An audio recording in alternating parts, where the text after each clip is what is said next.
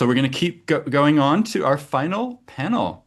Except this isn't really a panel. It's a little bit like when I chatted with Shamobile. It's just going to be a one-on-one conversation with someone who I'm very grateful. He's come from some speaking event and he's about to go on a plane to some other thing. So James Laughlin, thank you for joining me, and it's great to have you here today. Pleasure to join you, Stephen, and hello to everyone. Top of the afternoon to you all. Now, I'm really grateful that you're here. I actually have a copy of your book here. All right. So people can see that. And in the chat, we'll put a link so people can easily find it. I'm keen to talk with you. We've had a full day, right? So we started at 1 o'clock and we've been coming up. We'll be done in time for you to get to your plane. But we've been thinking a lot about innovation and the future.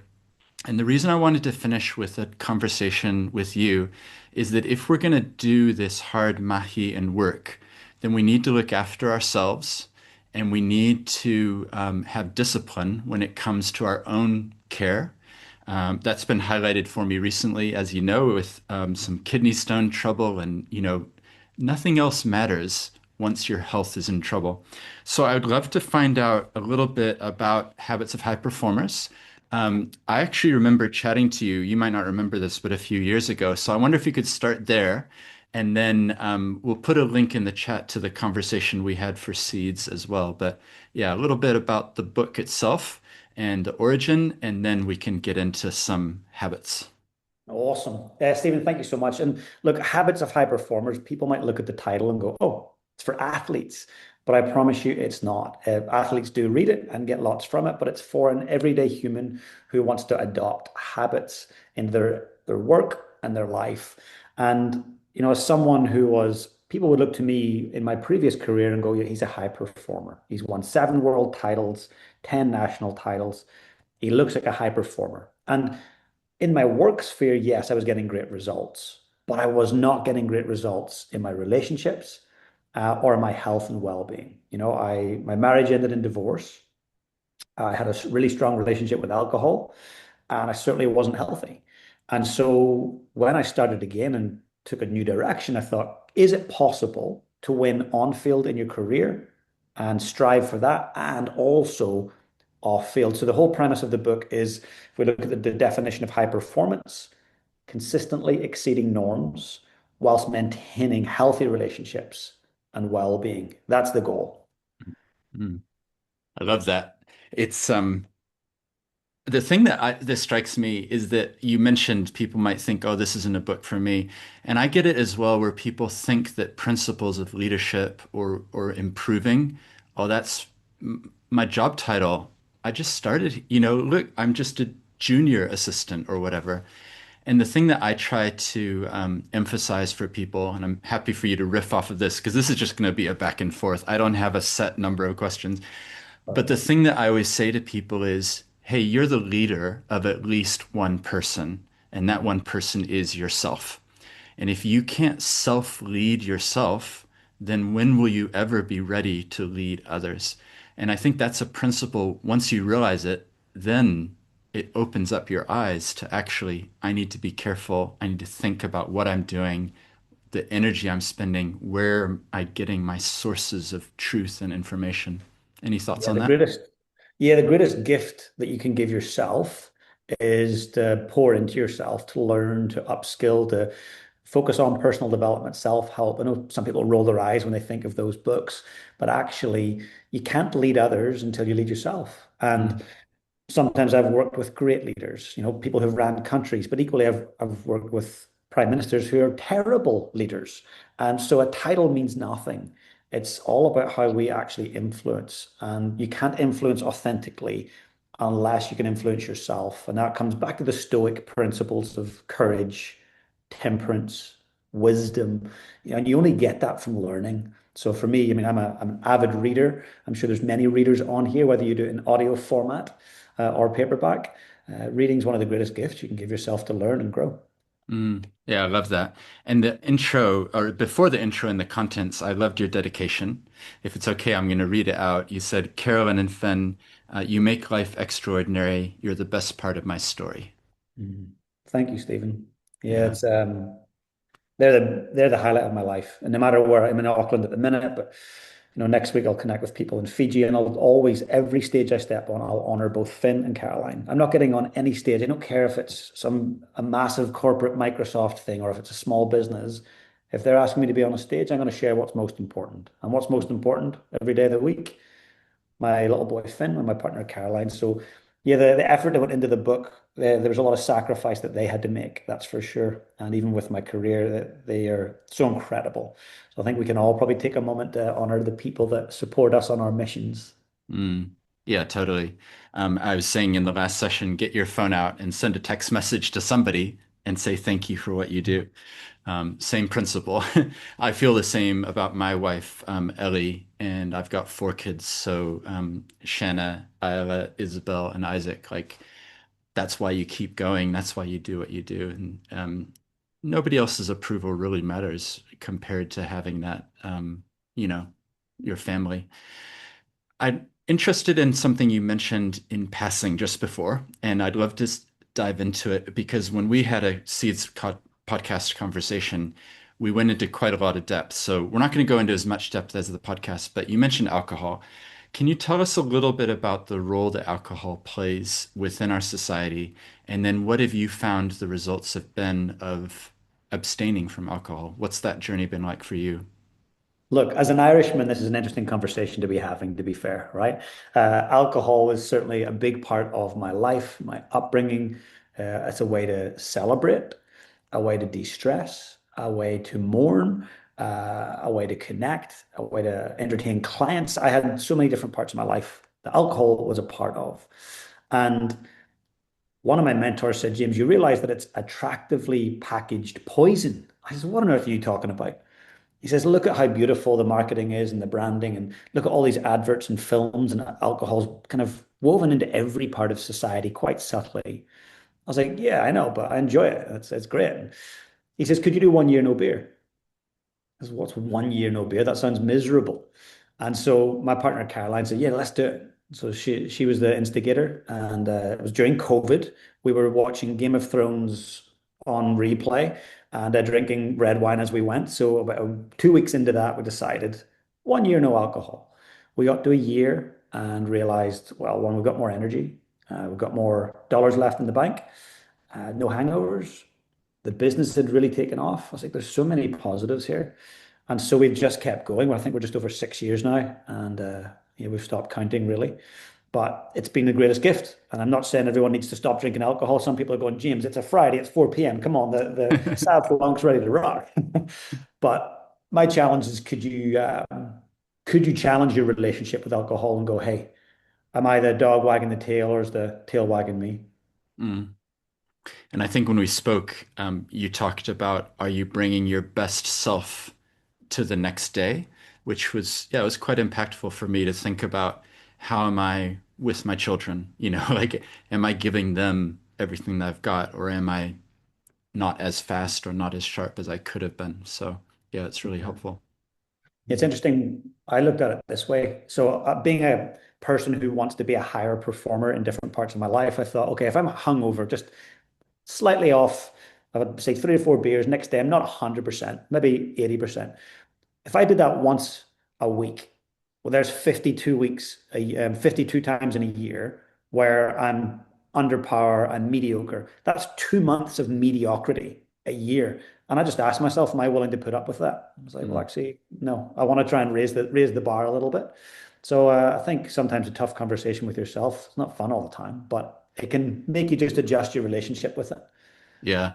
Well, it's the type of conversation that ultimately you need to have because otherwise you'll continue in a fog for too long. Hey James, on this day we've talked a lot about purpose, and I know Mm. that's a word that comes up frequently for you. And by the way, we'll put a link to your podcast, which I really like, because purpose is a central theme, and in the book as well, you have a whole section talking about leading your life on purpose. Do you want to talk about the importance of that? We've in other panels we've talked about finding your why, and that's the beating heart of what you do. But anything you want to add on that topic? Yeah, if anyone here is into like metrics and data and facts, and well, when you start to look at the research on people who live with purpose, well, you'll start to see that they live longer, Mm, they live healthier, they have better relationships, they have more meaning attached to the work that they do, better connection with what matters most. So Dan Buettner wrote a great book called Blue Zones, and it was all about these regions of the world where there was lots of 100-year plus centenarians, they call them. And he's like, why are these 4 or 5 regions really concentrated with 100-year plus active, healthy, switched on people? One of the key factors was that they had a sense of meaning in their life throughout their life. That sense of meaning could be your work. That could be being a parent, a grandparent. It could be being a dog parent. It could be being a part of a faith community and giving back. But having a reason to get out of bed other than yourself gives us purpose. So I look at passion is for you, purpose is for others. It's what you do for others. So, like Stephen today, this must give you so much meaning and purpose. You put this on mm, for almost 1,000 people. That must be so fulfilling. mm. Yeah, totally. It's been amazing. When we hit, I think there was 900 registrations this morning. And people have been coming and going through the whole event. So some people could only be here and there, but it's all being recorded so people can watch back later and do that. This I mentioned this before. I did this little The Circle Careers with Impact book. I can't remember if I got you a copy, but I'll get you one. But that's a central theme in it as well, is we've got to get our purpose. We got to get that core. So habits. What should people know about habits? What is it that is going to get us over the line? We've got a lot of things. We know our purpose. Let's assume that. We know that kind of the work that we need to do, but what are some of the tips or things that people need to get right when it comes to developing good habits? Yeah, look, if anyone gets the book, you'll see that you look at the habits and you go, whoa, they're common sense. Mm, But I'm here to tell you that they're not always common practice. People know the thing, but don't do the thing. So to me, the most important part of any successful outcome is getting radically clear. That's the first habit, get radically clear. What is it that you want? Let me give you a little example. So I had a young fella come to me a few years ago and he said, James, could you be my coach? I said, yeah, I could be. So the following week he rocks along and I say, hey, what do you want? And he said, I says, look, I'll see you next week. He says, what? I said, I'll see you next week. And he says, I don't understand. I was like, sorry, my Irish accent. I'll see you next week. He says, James, I heard what you said. I understood it, but I didn't like what I heard. I'm very confused. I says, that's why I'm asking you to go home. You're confused. He says, James, what's the riddle here? I said, think of the question I asked you. Come back next week. So he comes back the following week. I look at him. I say, what do you want? He goes, James, I want to be a great All Black. Okay, great. Now you know clearly what you want.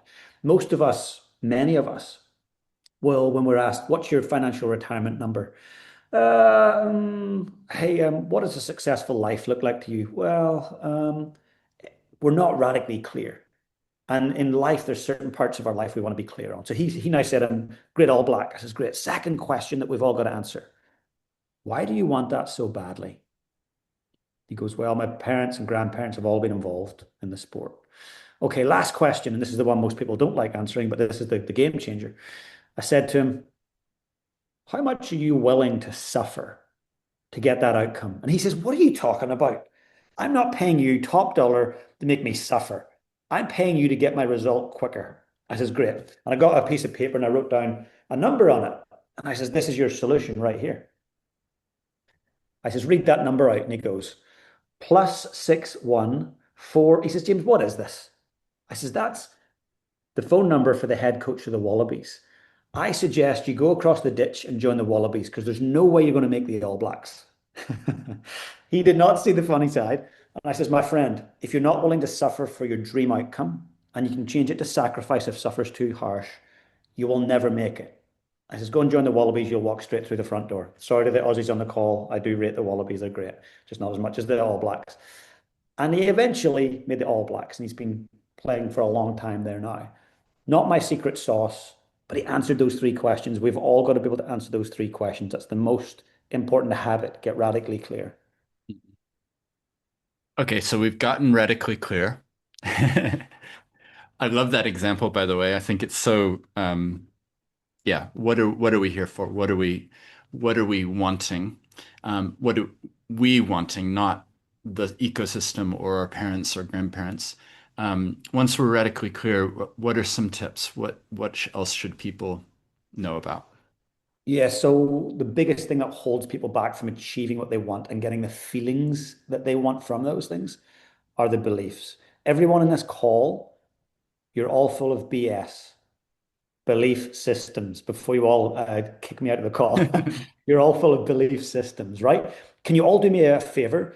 I want you to type in the chat right now. Don't worry about my feelings. I want you to type the first thing that comes to mind when you think of an Irishman. When you think of an Irishman, what's the very first thing that comes to mind? Pop it in the chat and let's just see what comes up. Guinness, love, funny, hilarious, my uncle, fiddly dee potato, accent, jokes, good times, music, leprechauns, my ancestors, the crack, connected, great people, potatoes come up a lot.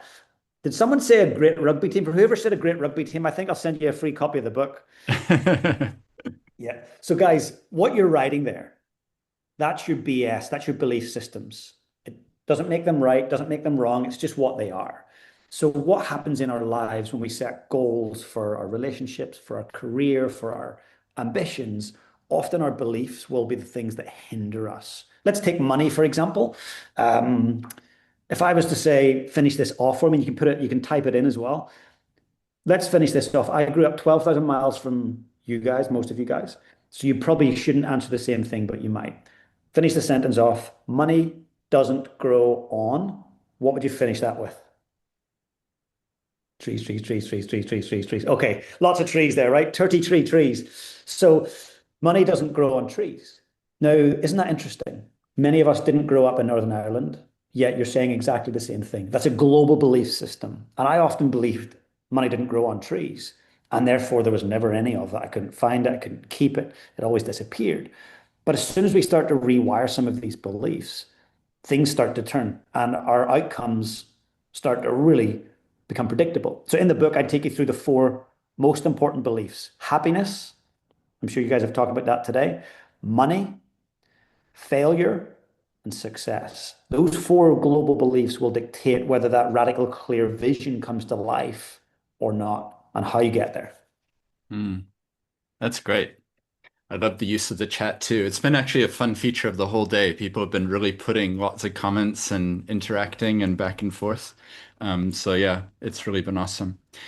How do you keep, because I see your schedule, I see your posts, you're traveling, you're in Auckland now, you need to, and I'll let you go shortly, you need to get to the airport, to get on a plane, to go here. How do you keep for yourself some rhythms or some practices that allow you to have the energy to keep going with what you're doing? Yeah, look, routines are everything. I love morning routine. Whether you get up at 5 a.m., 7 a.m., it doesn't really matter what time you get up. It's what you do when you get up. And so for me, the phone doesn't live close by me. I make sure and get up. I meditate, visualize, journal, then move the body, hydrate before any caffeination comes anywhere near the body. Simple things done well. Not perfect. Sometimes it doesn't happen and life gets busy. I'm a parent, so things can be haywire. Yep. But certain things as well, like massage. So on a busy travel week, I'll have two 90-minute massages. So I've had that this week. Next week, I've got a crazy travel week, two 90-minute massages, because I feel like a better human after that. Some people might not enjoy massage. It might be a sport, swimming, whatever it might be. But find your thing and ritualize it, prioritize it. And high performers, the one thing they say a lot is no.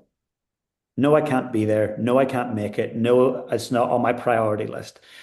But I know that the most, all of the individuals on this call have big hearts, and you'll say yes a lot. Yes, I'll do it. I'm happy to do it. And that's a good thing. It's your greatest strength, but it's also your greatest weakness. So take the time to say no to the things that are not your highest priority. I really like that. And I think somebody on the call needed to hear that because they've just been asked to do something and they need to say no. So what I've been learning more and more, if I get asked to do something, I think, am I the best person to actually do this thing? And Mm. sometimes it can be an opportunity for us to open up a door for somebody else to step into. And instead of me joining this board or that board, have you considered this person? And, Mm. like actually you can help facilitate a growth for a different human being, which I think is that's quite a special thing as well. But then if you do that, don't just throw them in the deep end and be like, well, there you go. Mentor them, meet with them, make sure they're doing okay as well. Yeah. One of the greatest things you can do, yeah, help someone, give them a hand up and an opportunity that they never would have had. Yeah. Yeah. Yeah, definitely. That's great. Well, I really appreciate your insights. I want to make sure that I let you get off to the airport. So thank you so much for joining this Seeds Impact Conference. We've really enjoyed your insights. And let's give a little round of applause for James. Thank Thank you you. guys so much, and I hope you enjoy the book, folks. Thank you, Mhm. Stephen. Thank you. We'll catch up soon. See See you ya. soon, my friend. Bye.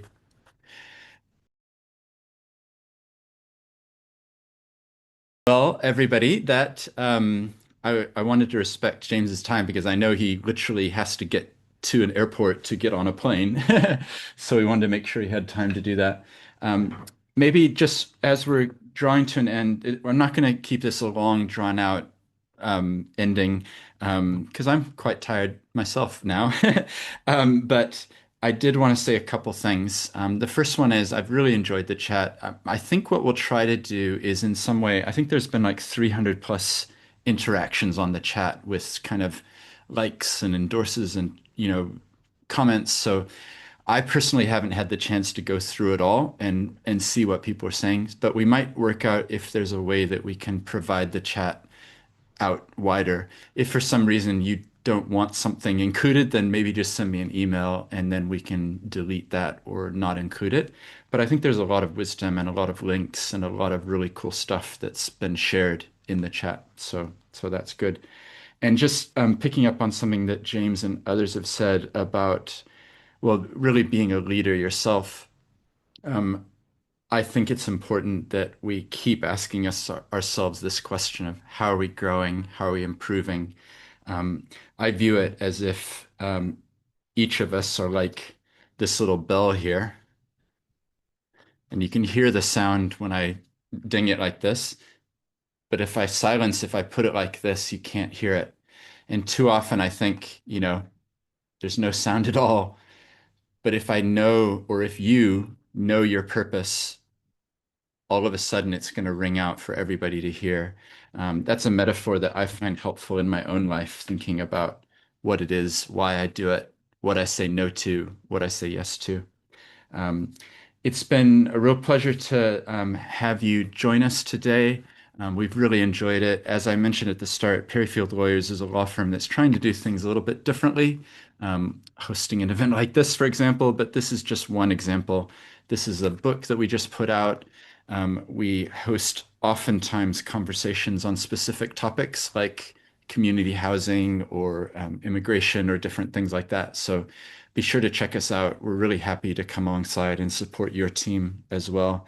I want our law firm to be the go-to law firm for every charity and purpose-driven organization in New Zealand. So pretty simple goal, isn't it? But yeah, if we can help, just feel free to drop me a line and reach out. We'd love to do that. Um, Next steps, I plan to host another one of these probably in October. We'll see how, I think the format works quite well because I really like the idea that none of you had to pay for airline tickets to get somewhere.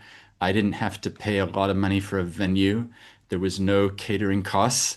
Like there's a lot of efficiency in this.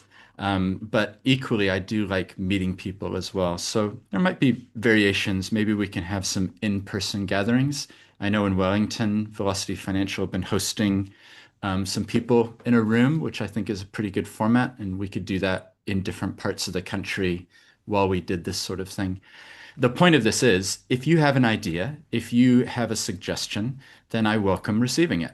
I don't want this to be a top-down sort of, well, here's what we're doing and here's what Stephen decided. I would love to have input from this community. And if you've been here, particularly if you've been here the whole day, then I consider you to be part of this community that we're trying to develop and grow. So the point is, you might not think of it right now to put in the chat, but you might think of it over the coming weekend or over the next week. drop me a line. Happy to hear ideas of things. And then also, some of you are in rural towns. You're, in New Plymouth, or you're in Invercargill, or you're in Nelson, or wherever you are.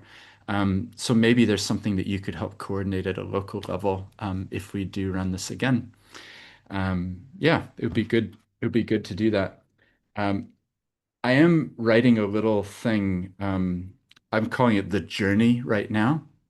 And it's a kind of an allegory or a picture of somebody in their life making decisions. I need some proofreaders and some honest feedback. So if anybody enjoys reading, it's basically like a novella, so about 10,000 words. But feel free to drop me a line if you'd be interested in being part of a test group to see what you think of these ideas. I'd love your input in helping to shape that. And I did want to share this as well, which is something I got. I got to take a sabbatical with my family for 2 months over the summer, and we went to South America, and we were traveling around South America, and I got this, which was a weaving in Peru, and I love this color. But the reason I really loved it is you can see the intricate way that it's woven together, up here and then woven together, but it hasn't been completed yet. So it's showing there's still some work to be done if you wanted that pattern to be down here.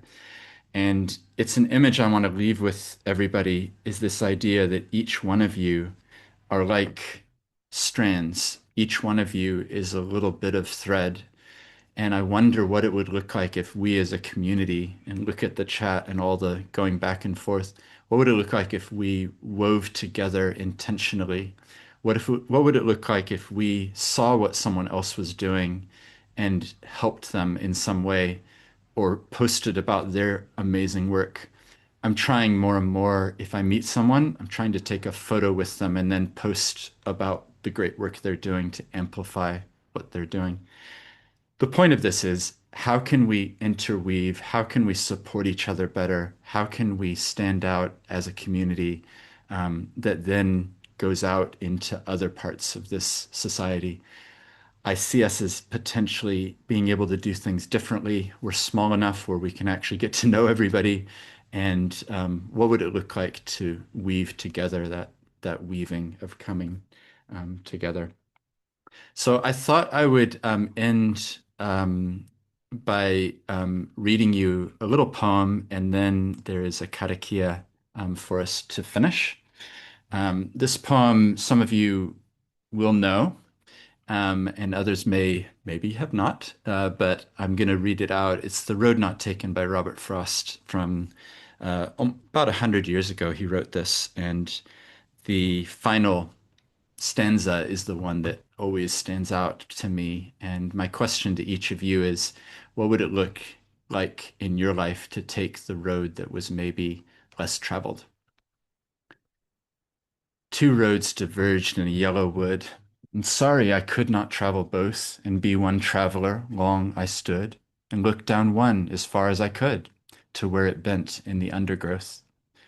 Then took the other, as just as fair, and having perhaps the better claim, because it was grassy and wanted wear, though as for that the passing there had worn them really about the same. And both that morning equally lay in leaves no step had trodden black. Oh, I kept the first for another day, yet knowing how way leads on to way, I doubted if I should ever come back. I shall be telling this with a sigh, somewhere ages and ages hence. Two roads diverged in a wood, and I took the one less traveled by, and that has made all the difference. I'm going to read a closing karakia, and then we're going to um, finish our time together. If any of you would like, then feel free to drop me a line with comments or things about the event. I'd love to be able to pass it on. I have to say thank you. There's three other people behind the scenes that you haven't even seen. So Jack, Magda, and Bridget, I couldn't have done it without you, and a whole bunch of other people who helped behind the scenes. and all these speakers. Like, it's truly amazing. They've given up their time to be here today to be able to share with you some of their journey. Thank you, everybody, for what you've done. And yeah, it's awesome to see the singers way back at the beginning. It feels like a long time ago. But, there was a lot that went into putting something like this on. So it wasn't just me, it was a community of people that brought this to you. So thank you to everybody who did that. And hopefully, we actually have a placeholder for a part two in October. We've set a date, so we'll send that round and follow up. We have recorded this. We'll provide that. Seeds podcast will have it as audio as well, and we're going to have the video as well. So if you've enjoyed it, if you thought some sessions someone should hear, you'll be able to share it with others. And if it's not too much to ask, then if you got one thing out of this, would you be willing to share it with somebody else? And next week, maybe post about it or say something that really stood out to you from the event. What was it that, maybe touched you or made you think twice? All right, this is the karakia. I'll just put it in the chat.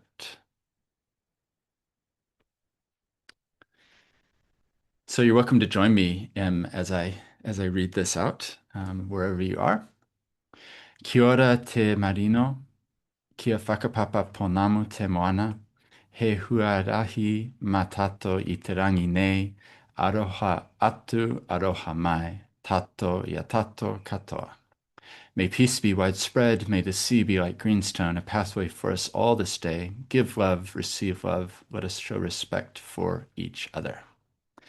Thank you, everybody, for joining. I hope you have a wonderful weekend and be watching out for the content. Feel free, once it's out, share it, let other people know about the resource of Seeds. And thank you for spending a bit of time with me and the others today.